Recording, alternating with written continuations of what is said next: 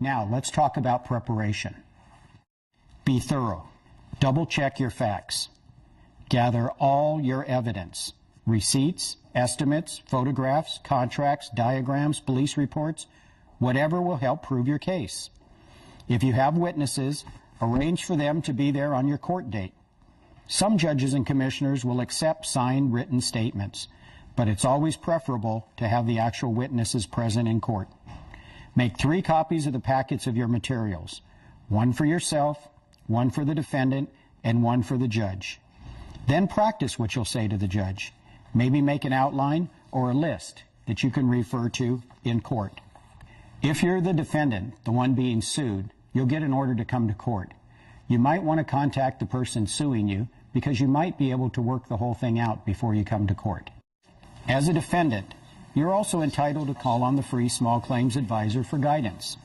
But do not just ignore the court date, even if you think you are right or it's not a valid claim. If you do not show up, you can't tell the judge your side and you may lose by default. If there's a lot of money at stake, you may want to consult with a lawyer. It's okay to do that to prepare your case and get advice, but lawyers are not allowed to represent people in small claims court. In fact, lawyers cannot even appear there unless they are a party or a witness to a case. Except in rare circumstances, the individual plaintiffs and defendants have to speak on their own behalf. That levels the playing field out so that both sides have a fair chance of winning the case. Now let me tell you what to expect when you come to small claims court. Small claims court is informal, but there are some rules. Dress conservatively. No shorts, no tank tops, no hats. Be on time. Be respectful. Don't interrupt. Wait your turn. Both sides will get their chance to tell their side of the story. Be quiet. No side conversations while you're waiting. Turn off your cell phones and pagers. If they go off during court, they will be confiscated. Now first, the clerk will ask all potential witnesses and litigants to promise to tell the truth. Then, you may be offered another chance to meet with a mediator to settle your dispute amongst yourselves. If that doesn't work, your case may be heard by a judge, a commissioner, or a pro tem judge, an experienced and well-qualified attorney designated by the court.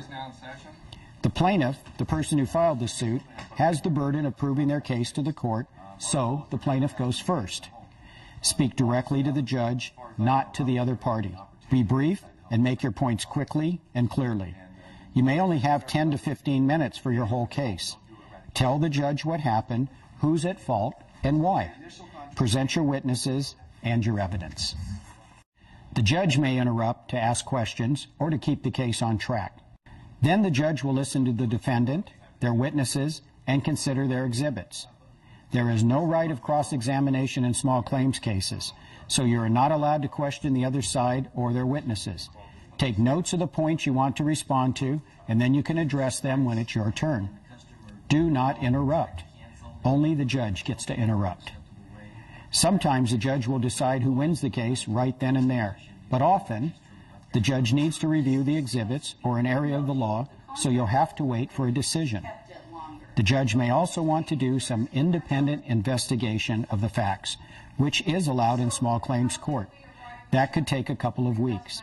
The decision will then be mailed to you by the court clerk. Now let's talk about collecting the judgment. If the judge rules that a party owes you money, it's up to you to collect the debt. All that you get from the court is a judgment on paper. It's up to you to find out a way to collect the money. Statistics show that a great many judgments go uncollected. So, let me make another pitch for mediation. If both parties come to an agreement, the judgment is much more likely to be paid, and you'll save the time and expense of trying to collect. That's a quick overview of the small claims process.